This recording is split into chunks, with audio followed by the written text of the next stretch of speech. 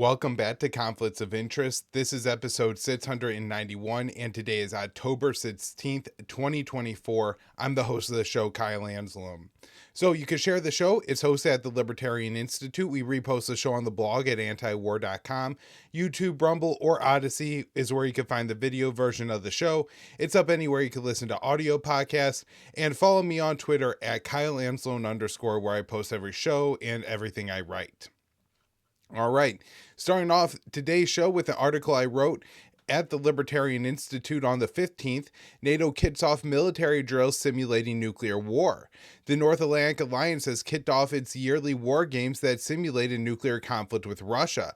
The Kremlin denounced the drills, which Moscow views as an annual provocation.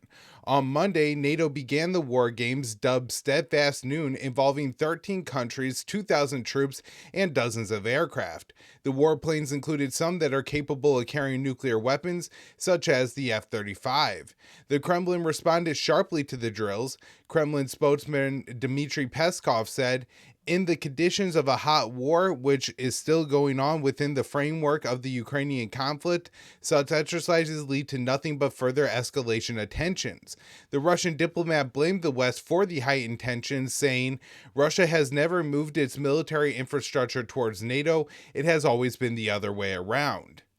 So Peskov went on to say that de-escalation is unlikely at any time in the near future, given the Kremlin is unwilling to talk with the White House with Washington's aggressive posture. So he said, "In the context of the war that is being waged against Russia with the indirect and even direct involvement of nuclear powers such as the United States, Great Britain, and France, it is absolutely impossible to talk about this without linking the issue at all to other aspects of security." So Russia and the US are the two world's largest nuclear powers and have for years been nearing direct confrontation. In September of 2022, the White House assessed there was a 50% chance of Russia using nuclear weapons, but continued to escalate the proxy war in Ukraine. So, there's a lot of concerns here. Now, this next article from Dave DeCamp I think is very interesting. This one is titled, "Russia said it would give military assistance to North Korea if it came under attack." So Dave writes here, "The Russian deputy foreign minister said Tuesday that Russia would provide military assistance to North Korea if it comes under attack based on a treaty the two nations signed earlier this year. He told the Russian news agency TASS, if an act of aggression is committed against the Democratic People's Republic of Korea, which is North Korea, all necessary measures will be taken in accordance with our legislation, in accordance with the DPRK's legislation. The Russian President Vladimir Putin and North Korean Supreme Leader Kim Jong-un signed a strategic partnership pact back in June to boost military ties, which included a clause requiring the countries to come to each other's aid if one is attacked. According to Article 5 of the treaty, Russia and North Korea shall, quote, immediately provide military and other assistance if one falls into a state of war due to armed invasion from any individual or multiple states. The treaty stipulates that assistance will be provided in accordance with Article 51 of the UN Charter, which gives member states the right of individual or collective defense in the event of an attack. So the Russian official explained the treaty is signed, so it's public. It has Article 4, which details precisely with the issue of mutual assistance in the case of aggression, that the sides, in case of aggression against one of the sides, will provide each other with necessary assistance, including military assistance. So the comments came from the Russian official amid soaring tensions on the Korean Peninsula as North Korea is threatening war with the South over drone flights near Pyongyang. South Korea has responded to the warning, saying it is fully ready to face an attack from North Korea. The Russian statement also comes amid rumors that North Korean troops are fighting in Ukraine. So far, those claims have only been made by Ukrainian intelligence, and President Zelensky and Russia have denied the allegations. So, I guess a couple things on this that I do find interesting and want to point out. I don't think it's impossible that there would be at least some North Korean troops fighting in, maybe not even inside Ukraine, but are aiding the fight somehow inside Russia, fighting in Kursk or something like this. Now, I know this is mainly coming from the Ukrainians, and it seems like war state propaganda. I just want to say that, North Korea is publicly, and it's known that they are assisting Russia in their war by providing military assistance.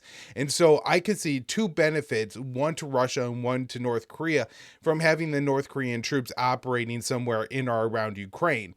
One, they could provide technical, any kind of logistical support. If one of their, weapons, it breaks down, if it's not working correctly or something like that, having a North Korean around who's more familiar with the weapon system may help Russia in that way. Now, look, if they're just artillery shells, there's probably not a ton of help that could be provided, but there may be some, enough to have a small number of North Koreans there. Additionally, I think from the North Korean standpoint, if you look at what is happening in Ukraine, you could very well see, if war breaks out on the Korean Peninsula, Washington take a similar stance and provide a similar amount of aid to South Korea, maybe even more aid, but they may use similar tactics. And so it could be a real opportunity for the North Koreans to gain some battlefield experience here. I see a lot of potential upside for both Moscow and Pyongyang here if they did have, again, I'm not talking about using North Korean troops in a way to actually do the fighting for Russia, merely just providing assistance and getting some battlefield experience, a little bit more behind the scenes, a little bit away from the front lines. And of course, this would explain why there isn't enough North Koreans dying in Ukraine, if any at all, to, the bodies would start to turn up, and then there would be some real proof of this. Additionally, there may be some, Russia, North Korea, even China, Iran may see some benefit here to Kim Jong-un stoking tensions on the Korean Peninsula, and even China, conducting these blockade drills that they're conducting around Taiwan at this time. Look, the U.S. has vowed to defend countries on every corner of the globe. That includes, South Korea, the Philippines, Taiwan, Israel, Ukraine, all of Eastern Europe. And so it may get to the point where logistically that gets more and more difficult to do for the US. I mean, we do have 13 aircraft carriers and a massive blue water navy. At the same time, a lot of the systems don't work like they should. The ships can't sail as often as they could. We wasted tons of money on, say, the US as Zumwalt class of destroyer, and those ships are completely non-functional still. We have the littoral combat ships, and those still they're starting to mothball them, take them out of the Navy because they simply don't function. The F-35 doesn't work as it should, and so the U.S. may start to face logistical constraints and other challenges if they're trying to, say, not only fight major wars in both Ukraine and in the Middle East on behalf of Ukraine and Israel, but then also get involved heavily in, even if we don't get in, say, another war in the Asia Pacific, if tensions on the Korean Peninsula significantly heighten, Seoul is going to expect that we're sending aircraft carriers, nuclear powered submarines, that the U.S. is giving South Korea more weapons and more weapon platforms. And we see we're already deploying the THAAD systems to Israel. And so, again, I don't know if there's like a coordinated handshake agreement between Tehran, Pyongyang, Beijing, Moscow that's saying that, oh, we want to heighten tensions all over the globe to make it, or not heighten tensions, because it's really Washington doing the heightening of tensions here. But if they maybe all four don't see an advantage to the U.S. attempting to, interfere in all four regions and areas at one time. All right. So, one more story here on Ukraine. U.S. politicians are pressuring Ukraine to lower draft age to 18. So, Ukrainian officials said Tuesday that American politicians are pressuring Ukraine to lower the minimum age of conscription from 25 to 18 to make young men available for combat. So, an advisor to Zelensky's chief of staff wrote on Telegram, "If this information has surfaced, I can confirm it. American politicians from both parties are putting pressure on Zelensky to explain why there is no mobilization of those aged 18 to 25 in Ukraine. The argument of our partners is that when US fought in Vietnam, people were drafted from the age of 19." Back in April, Zelensky signed a bill into law that lowered the minimum conscription age in Ukraine from 27 to 25. The advisor said Zelensky is resisting pressure to start conscripting 18-year-olds, explaining that's why Americans are hinting that Western weapons alone are not enough and that mobilization from the age of 18 is necessary. Zelensky did not give in and continues to persuade politicians from both parties to put weapons without changing the draft age. Right before Zelensky signed the bill into law lowering the draft age to 25, he received a visit from Senator Lindsey Graham, who called for younger Ukrainians to be sent to the front lines. "I would hope that those eligible to serve in the Ukrainian military would join. I can't believe it's 27. You're in a fight for your life. You should be serving, not at 25 or 27. We need more people in the line." In the early days of the war, Graham said Ukraine would be willing to fight to the last person as long as the U.S. continued to provide the weapons. Now, I have read several reports that Ukraine really is cracking down on the conscription and just, going out to nightclubs and rounding up people at this point. So who knows if they're even starting to draft people under the age of 18, just not 18, under the age of 25, just not in an official sense, if they really are facing these pressures on the front lines. It's just how sick the U.S. politicians are to pressure Ukraine to do this. If they choose not to send like half a generation, 7 years worth of young men off to the front lines to fight and die, then that's their choice. It's not the choice of the Americans. And look, if that's the choice the Ukrainians are making, then maybe it signals to the Americans that we need to start at trying to end this war, that Ukraine just doesn't have the men that they're willing to sacrifice to finish it. All right, so next up here, Israel kills 55 more Palestinians in Gaza and tightens the siege on the north. So Gaza's health ministry said on Tuesday that Israeli forces killed at least 55 Palestinians and injured 329 over the previous 24-hour period, bringing the death toll since October 7th to 42,344 and the number of wounded to 99,013. The figures are based on the number of dead and wounded Palestinians that have arrived at hospitals and morgues.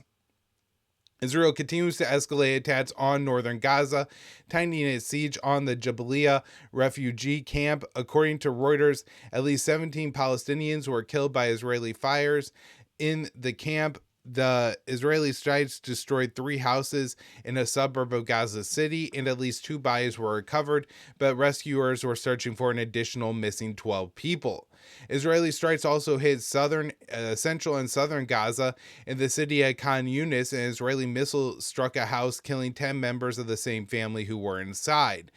Also, we have an article up at antiwar.com today. This one is by Ramsey Baroud, who is a contributor to antiwar.com. And I think in the past year has not only been one of the best Palestinian voices on the war in Gaza, what's happening to the Palestinians there, the ongoing genocide, but also just one of the best writers, and I think one of the few people who maybe truly understands the Israeli motives behind the ethnic cleansing here. And so this article, I recommend reading everything. I say all that to say I recommend reading everything that Ramsey writes, but this particular article I really recommend. It's a little bit more powerful, a little bit more personal. He talks about his sister, who was a doctor in Gaza, who was killed by an Israeli airstrike earlier this month, and she was traveling in Khan Yunis. That's kind of why I brought it up there. So check that out. It's in the viewpoint section today at antiwar.com. Oxfam and 37 other humanitarian organizations published a joint statement warning that the Israeli assault on Gaza has reached a horrifying level of atrocity, saying the situation in the north is catastrophic.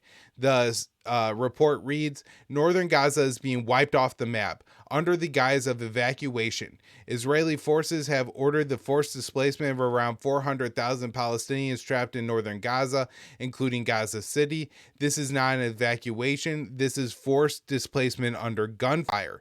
Since October 1st, no food has been allowed into the area, and civilians are being starved in bombs in their homes and tents. So the Israeli media report that Israel is carrying out a scaled-down version of the general's plan, which will result in the complete ethnic cleansing of northern Gaza and the extermination of anyone who stay behind. And this doesn't seem to be a scaled-down version of the general's plan. It just seems to be a version, or not the general's plan, which basically called for you announce that everybody who's in northern Gaza has to leave, but you really don't let them leave because you start shooting and shelling the people who try to leave. But anybody who doesn't get out within 24 hours, well, now they're there defending the terrorist. And so everybody who's left is effectively a terrorist. You don't allow a single bit of food, water, or other aid in.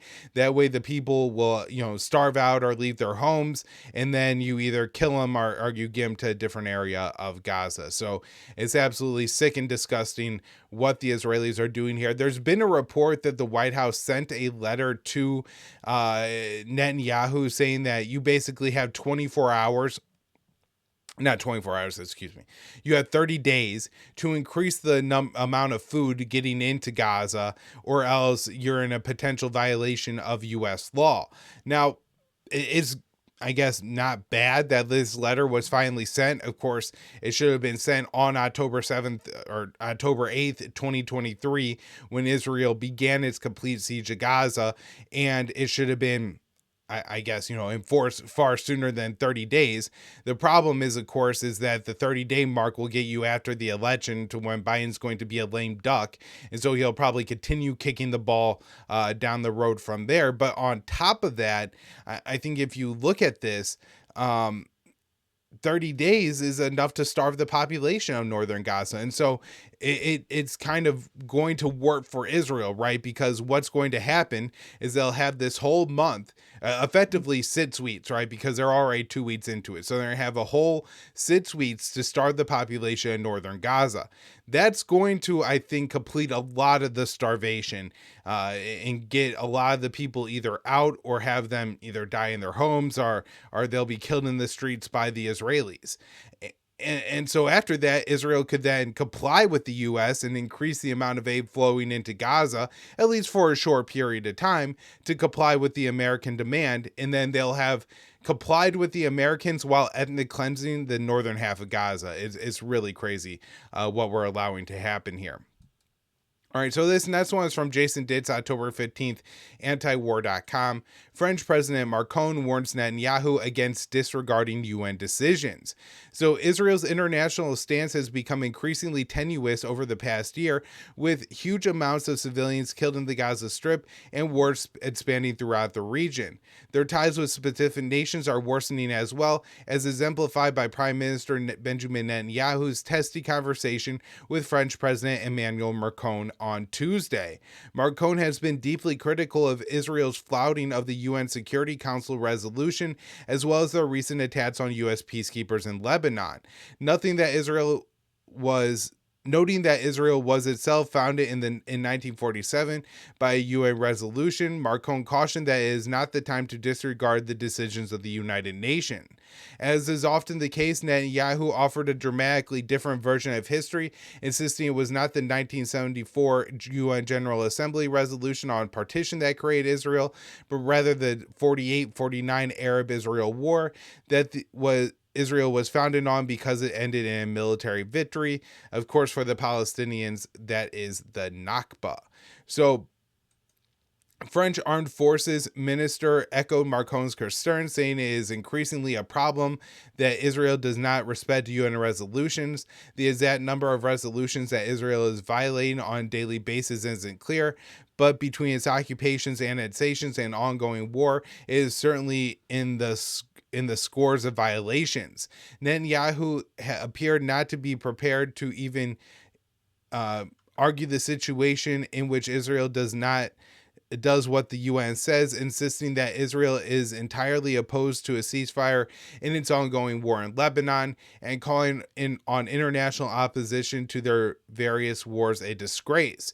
He further dismissed French calls for an arms embargo to stop Israeli aggression, saying that Israel will win the wars with or without their support, and that international shame would remain after Israel is victorious.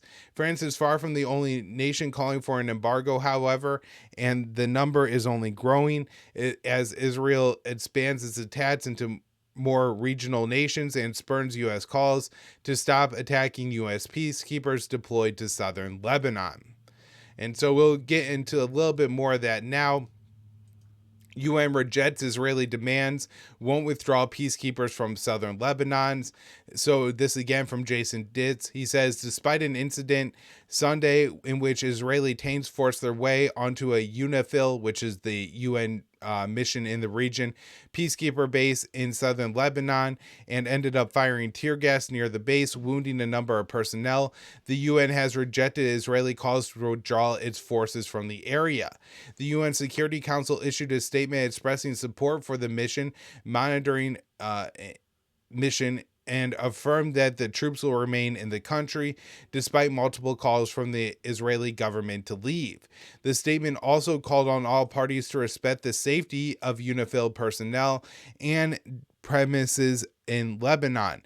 They didn't single Israel out in the statement, though all reported attacks on UNIFIL targets in recent weeks have been from the Israeli side. This has led to a high-profile statement from some substantial nations saying Israeli attacks on the peacekeepers has to cease at once, despite reports of the incidents leaving little doubt that Israel is not complying with UN Security Council Resolution 1701. Israeli officials deny that they are deliberately attacking UN troops. Netanyahu, instead of commenting on the necessity to commit to not attacking UNIFIL, issued another statement demanding that UNIFIL get out of harm's way and arguing that the demand proves that they are not at war with UNIFIL. The latest UNIFIL mission is meant to reduce violence in southern Lebanon and observe tensions on the Israel-Lebanon border. The mission mandate was substantially enhanced after the 2006 Israeli invasion of Lebanon, but seems to be little in the way of an obstacle to the most recent Israeli invasion of the country.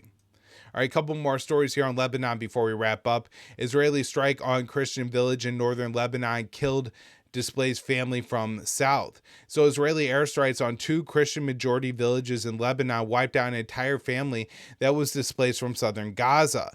The attack hit the village of Atu on Monday, killing 23 people, including at least 12 women and 2 children. Local residents were shot by the attack on the Christian area that's far from the Israeli border. The owner of the building said it was a massacre that happened in my home. He said he had known the family, who were Shiite Muslims, for 15 years. They were a decent family. I welcomed them as friends. He was not home when the strike hit the building, but his mother was wounded in the attack. The UN Human Rights Office is calling for an investigation into the strike, which spokesman there saying there are real concerns with respect to the laws of war. Israel claimed it targeted a building owned by Hezbollah, but of course the owner is not a member of Hezbollah. Security sources told AFP that the strike was launched after a man in a car arrived at a building to visit the family, and the owner said he blamed the man who came here. Why did you put us in this mess? There have been no claims about that the man was a Hezbollah fighter, and if he was, there is no way he could pose a threat to Israel from the northern village. There has been speculation that the strike was primarily a revenge attack against Lebanon in general after Sunday's drone strike by Hezbollah on an Israeli military base killed 4 soldiers and wounded scores of others. So the owner of the house's brother who lives next door to the bomb building, said they would no longer take in families fleeing from the south. He said, "We are Christians. Our religion teaches us tolerance, but now we have learned our lesson. We will no longer welcome anyone into the family home." Israeli strikes have wiped out other families who fled southern Lebanon, following a similar pattern to Gaza, where Israel frequently bombs areas that is deemed so-called safe zones. An Israeli strike on central Beirut last week killed a family of 8, including 3 children who had fled from the south. All right, last up here. The Hezbollah vows strikes across Israel, says ceasefire is the solution. So Hezbollah Deputy Sheikh Naim Qassam on Tuesday vowed that Hezbollah would strike targets across Israel in the face of Israeli attacks on Lebanon, but also called for a ceasefire, saying it was the solution. The solution is a ceasefire. We are not speaking from a position of weakness. If the Israelis do not want that, we will continue. Qassam suggested Hezbollah would only agree to a ceasefire if there was also one in Gaza, although he recently signaled flexibility on the issue. Lebanon cannot be separated from Palestine, nor can the region be separated from Palestine. Qassam said that Hezbollah would expand its strikes in Israel in response to the Israeli launching attacks across Lebanon. On Monday, Israel bombed a northern Lebanese Christian village, killing 23 people. Qassam said, "Since the Israeli enemy targeted all of Lebanon, we have a right from a defensive position to target any place." Also on Tuesday, Israeli Prime Minister Benjamin Netanyahu reiterated his opposition to a ceasefire in Lebanon. Netanyahu told French President Macron that Israel is opposed to any unilateral ceasefire, which does not change the security situation in Lebanon, and which will only return to the way it was. The U.S. also opposed any ceasefire in Lebanon and is strongly backing the Israeli assault, despite previous claims it sought a diplomatic solution. Since Israel dramatically escalated its bombing campaign in Lebanon on September 23rd, over 1,500 people have been killed by Israeli airstrikes, including many civilians. Over the past year, Israeli strikes have killed a total of 2,350 people in Lebanon. The Israeli assault has also caused mass displacement crisis, with the UN saying about 1.2 million people have been displaced, including over 400,000 children. The UN also said that Israel has about 25% of Lebanon under evacuation orders. All right, everybody, that's the show for today. 2 more shows left this week. So if you're not subscribed, be sure to do that so you don't miss an episode. And thank you all for tuning in.